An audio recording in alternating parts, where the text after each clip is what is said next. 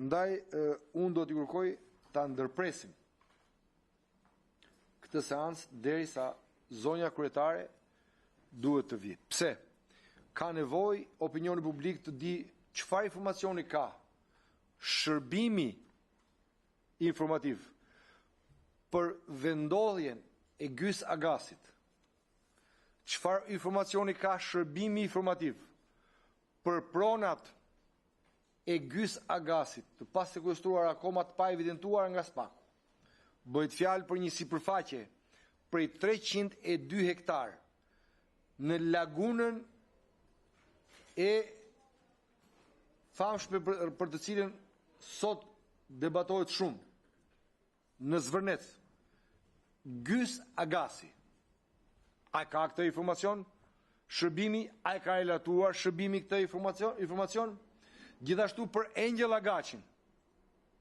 A ka shërbimi këtë informacion? A ka relatuar që ka rezultuar pronar në lagun, në atë lagunën e famshme ku flitet për flamingot dhe për pelikan, e për zogj shtektar? Pra duhet të informoj, a është një skenar ky për të zvencuar investitorët e huaj me Gysin dhe me Angelin, apo jo? Këtë duhet ta thot kryetare, se nuk mund ta thot asnjë bashkëpunëtor i saj. Gjithashtu, ka nevojë sot qytetarët të dinë ç'lidhje ka shërbimi informativ që është involvuar tërësisht brenda një proteste e cila ka një skenar mirëfilli politik. Çfarë do trupa operacionale e shërbimit brenda protestuesve, qytetarëve, të rinjve të rejave që protestojnë për të rrëzuar Edi Ramën,